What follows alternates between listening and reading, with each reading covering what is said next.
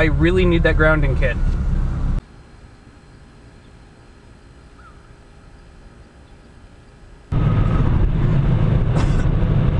I think learning on a DRZ is just about perfect.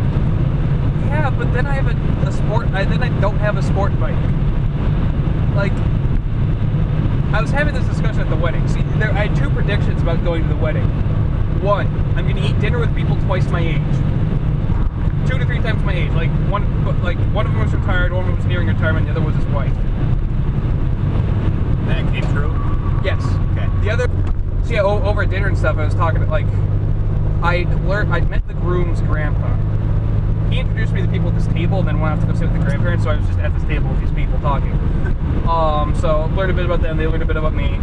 Got yelled at for driving the Subaru. Why? Because here I am, I work at a nuclear power plant. I'm supposed to be all America and all that, and and the guy yelling at me was a Harley rider. Actually, he wasn't a. No, he did have a Harley. But he stereotypical Harley rider. Well, I mean, as soon as you buy a Harley, you get issued a vest, a beard. Yeah.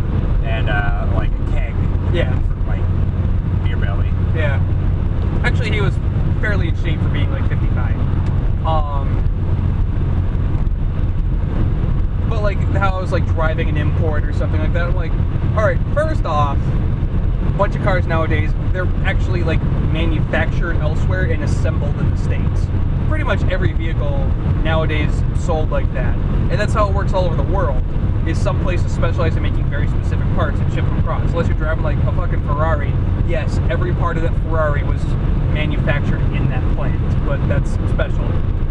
And two, yeah, sure, this car was actually built in Japan, but damn it, I fixed it in my garage with a lot of American stuff. So fuck off. But I think he didn't lay to me that hard over it. I was just Jokingly, kind of. Well, more serious than just a joke. Really? Yeah. But when I defended myself with that, it's not like he disrespected me or anything. Yeah, they started talking about motorcycles, and he said he said, get a dual sport. Really?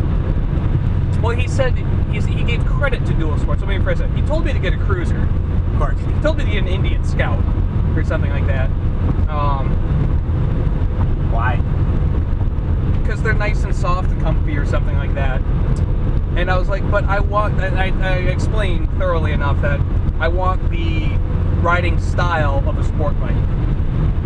The more aggressive posture. It's not all that uncomfortable as long as you don't beat yourself up or sit on it for 6 hours. I think. I mean, again, we don't know yet. And the agility aspect of it. When we were talking about cars, he brought up there's no replacement for displacement, and I conceded that there is no replacement. There's compensation, and I said, come on, man, turbo. That's why he has a 1200cc Harley. Yeah. And I was talking about I talked about the fact that I modified this car. I fixed things on it. I'm slowly becoming an amateur gearhead. I don't nearly know as much as I want to, or as much as some others. That's the process. Once I buy a motorcycle, I can do an engine rebuild. But I talked through the fact that I put money into suspension and all that to make a valley running car that has a very good suspension, so I can corner very well. Because yeah, sure, being able to stoplight the stoplight's cool and all, but I think you want J. No, you don't. Okay, I think I have a row. Take D. Yeah, right, it's coming up here. Oh, I'll take the D, Flanners. Take it like it. That's happening in this car. You've taken D? No, someone did. Someone did, not me. I mean, is it illegal to have sex in the backseat of your car? The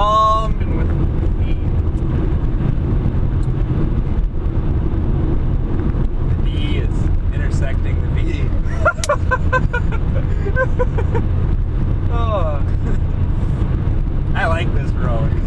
on that aspect alone. That happened in this car too. Dangerous. Slippery when wet, though.